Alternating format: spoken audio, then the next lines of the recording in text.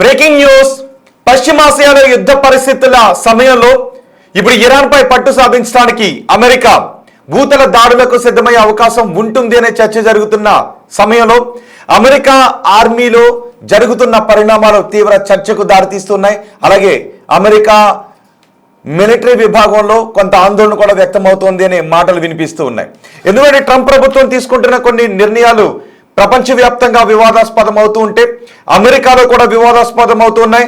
America ఆర్మీలో top leaders ని, America army chief తో పాటు మరో ఇద్దరు కీలక అధికారులను అమెరికా బలవంతంగా పదవి విరమణ చేయించింది. దీంతో ఎందుకు అమెరికా ఆర్మీ చీఫ్ ను మరో ఇద్దరు టాప్ ఆఫీసర్స్ ని ఎందుకు బలవంతంగా పదవి విరమణ చేయించింది అనే విషయంపై చర్చ జరుగుతోంది. ఇప్పటికే మనం నిన్న చూసాం, అమెరికాకు సంబంధించిన ఒక సోషల్ మీడియా ఇన్ఫ్లుయెన్సర్, ఒక డాన్సర్ అమెరికా సైనికుల గురించి, యువ సైనికుల గురించి ఒక విషయాన్ని సోషల్ మీడియాలో పోస్ట్ చేసింది. సైనికులు ఆందోళనలో ఉన్నారు, వాళ్ళు పబ్కి వచ్చారు, క్లబ్కి వచ్చారు. అక్కడ వాళ్ళు మాట్లాడుకున్న మాటలు త్వరలో ఇరాన్కి వెళ్లాల్సి ఉంటుంది అని, అక్కడ భూతల దాడులకు సిద్ధం కావాల్సి ఉంటుంది అని వాళ్ళు మాట్లాడుకున్నారు. ఆ సమయంలో వారి ముఖాలలో ఆందోళన కనిపించింది. ఒక రకమైన వాళ్ళు భయంలో ఉన్నారు అనే విషయాన్ని ఒక సోషల్ మీడియా ఇన్ఫ్లుయెన్సర్ చెప్పింది. ఆ తర్వాత అమెరికా ఆర్మీలో ఆర్మీ చీఫ్ తో పాటు మరో ఇద్దరు కీలక అధికారులను బలవంతంగా పదవి విరమణ చేయించింది ట్రంప్ ప్రభుత్వం. రక్షణ శాఖ మంత్రి ఈ నిర్ణయాన్ని తీసుకున్నారు. చూడొచ్చు, మీరు బిగ్ టీవీ స్క్రీన్ పైన చూస్తున్నారు. జార్జ్ ర్యాండీ ఆర్మీ చీఫ్ గా ఉన్నారు. ఆయన బలవంతంగా పదవి విరమణ చేశారు. అలాగే మరో ఇద్దరు ఉన్నతాధికారులు డేవిడ్ హోండే, విలియం గ్రీన్ వీళ్ళిద్దరూ కూడా జార్జ్ ర్యాండీతో పాటు, ఆర్మీ చీఫ్ గా ఉన్న జార్జ్ ర్యాండీతో పాటు పదవి విరమణ చేయాల్సిన పరిస్థితులు వచ్చింది.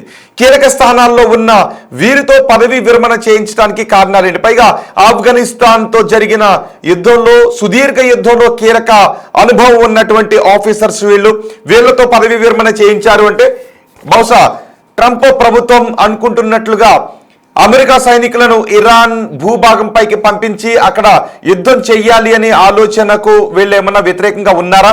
నిన్న సోషల్ మీడియా ఇన్ఫ్లుయెన్సర్ చేసిన వ్యాఖ్యలు సైనికులు కొంత ఆందోళనలో ఉన్నారు అని. ఒకవేళ అమెరికా సైనికుల్లో ఇదే ఆందోళన ఉంటే దానికి ఆర్మీ చీఫ్ కూడా అంగీకరించలేదా? ఇరాన్ భూభాగంపైకి వెళ్ళి యుద్ధం చేయడం కరెక్ట్ కాదు, ఎక్కువ మంది మన సైనికులను కోల్పోవాల్సి వస్తుంది అనే విషయాన్ని ఏమన్నా వెలిబుచ్చారా? అందుకే ఈ వీరితో పదవీ విరమణ చేయించారా ట్రంప్ అనే అనుమానాలు కూడా వ్యక్తమవుతున్నాయి. నిజానికి డేవిడ్ హోండే కీలకమైనటువంటి విభాగాన్ని నడిపిస్తున్నారు. Head of army transformation and training command ఆయన కీలకమైన వింగ్కి బాధ్యతలు వహిస్తున్నాడు. అలాగే విలియం గ్రీన్ కూడా చాలా కీలకమైన విభాగానికి బాధ్యతలు వహిస్తున్నాడు. ఇప్పుడు కీలకమైన పోస్టుల్లో ఉన్న ఈ ముగ్గురు బలవంతంగా రాజీనామా చేయటానికి కారణం ఏంటి అనే చర్చ ప్రపంచవ్యాప్తంగా జరుగుతుంది. అంటే ముందనుకున్నట్లుగానే అమెరికా ఇరాన్ పై భూతల దాడులు చేయడానికి సిద్ధమవుతుందా? దానికి అమెరికా సైన్యంలోనే భిన్నాభిప్రాయాలు వ్యక్తమవుతున్నాయి అనే చర్చ జరుగుతుంది. ఇప్పటికే ఇరాన్ ఏమంటూ ఉంది అంటే, ఒకవేళ మీరు యుద్ధాన్ని ఇలాగే కొనసాగిస్తే మేము అమెరికాతో మాట్లాడేది ఏమీ లేదు, అమెరికా తీవ్రంగా అవమానానికి గురై యుద్ధం నుంచి వెనక్కి వెళ్ళిపోతుందని. నిజానికి అమెరికా చేసినటువంటి యుద్ధాల్లో కొన్ని ఫెయిల్ అయినటువంటి యుద్ధాలు కూడా ఉన్నాయి, ఫెయిల్యూర్ వార్స్ కూడా ఉన్నాయి. ఆఫ్ఘనిస్తాన్తో చేసిన యుద్ధంలో అమెరికా సాధించింది ఏంటో తెలియదు. అమెరికా తాలిబాన్ పాలన లేకుండా చేస్తాను అని మళ్ళీ అదే ఆఫ్ఘనిస్తాన్ని అదే తాలిబాన్కి అప్పగించి వెళ్ళిపోయింది. వియత్నాం విషయంలో కూడా అదే జరిగింది. ఉత్తర వియత్నాంకి వార్ జరుగుతూ ఉన్నప్పుడు మళ్ళీ వియత్నాం నుంచి కూడా అమెరికా సుదీర్ఘ యుద్ధం చేసి 20 సంవత్సరాల పాటు యుద్ధం చేసి మళ్ళీ అక్కడి నుంచి అమెరికా వెళ్ళిపోయిన చరిత్ర కూడా ఉంది. ఇప్పుడు ఇక్కడ కూడా ఇదే పాఠాల నేపథ్యంలో మరో మూడవ అమెరికా బ్యాక్ సర్ఫేసిన యుద్ధంగా ఇది మిగులుతుందా అనే చర్చ ప్రపంచవ్యాప్తంగా జరుగుతున్న నేపథ్యంలో ఇప్పుడు భూతల దాడులకు సిద్ధమైతే అమెరికానే పరాభవానికి గురి కావాల్సి వస్తుంది, ఎక్కువ మంది అమెరికా సైనికులను నష్టపోవాల్సి వస్తుంది అనే అభిప్రాయాన్ని వీరు వ్యక్తం చేశారనే మాటలు వినిపిస్తున్నాయి. ఏమంటుందంటే, ఇరాన్ ఇప్పటి వరకు మా నాయకత్వాన్ని దెబ్బతీసాం, మా నాయకత్వాన్ని చంపేశామని అమెరికా అనుకుంటూ ఉంది. కానీ మేము మాత్రం చాలా బలంగా ఉన్నాం, మా సామర్థ్యాలు దెబ్బతినలేదు, మేము చాలా బలంగా ఉన్నాం. ఒకవేళ అమెరికా ఇలాగే యుద్ధానికి దిగినట్లయితే, ఇదే యుద్ధాన్ని కొనసాగించినట్లయితే అమెరికా రిగ్రెట్ కావాల్సినటువంటి పరిస్థితులు వస్తాయి, అమెరికా తీవ్రంగా నష్టపోతుంది. ఒకవేళ వాళ్ళ సైనికులు ఇక్కడికి వచ్చి మా భూభాగం పైన వాళ్ళ కాలు మోపి ఇక్కడ నుంచి యుద్ధానికి దిగితే అంతకంత ప్రతీకార దాడులు ఉంటాయి, అమెరికా ఎక్కువ మంది సైనికులను నష్టపోవాల్సి ఉంటుంది అని ఇరాన్ చెబుతోంది. కానీ అమెరికా ఏం చెబుతోంది అంటే ఇక మీరు ఐఆర్జీసీ తీవ్ర స్థాయిలో నష్టపోవాల్సి వస్తుంది. ఇప్పటికే మీరు టాప్ ఆర్డర్ అంతా కుప్పగూలిపోయింది, మీ కీలక నేతలందరూ చనిపోయారు.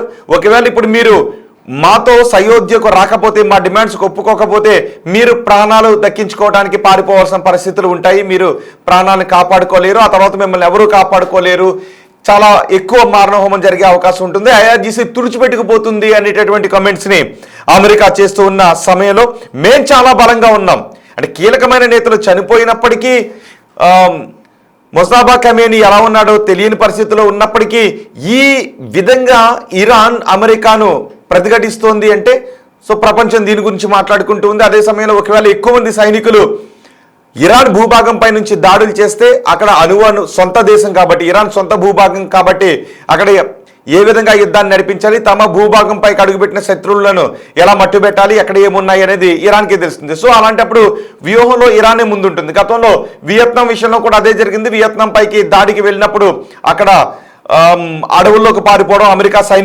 సైనికులు భూతల దాడులకు వెళ్ళారు, అక్కడికి వెళ్ళిన అమెరికా సైనికులను మట్టిపెట్టడం, ఆ తర్వాత అడవుల్లోకి పారిపోవడం. ఆ అమెరికా సైనికులకు ఏం జరుగుతుందో అర్థం కాలేదు. ఎక్కువ మంది అమెరికా సైనికులను వియత్నాం యుద్ధంలో కోల్పోయింది.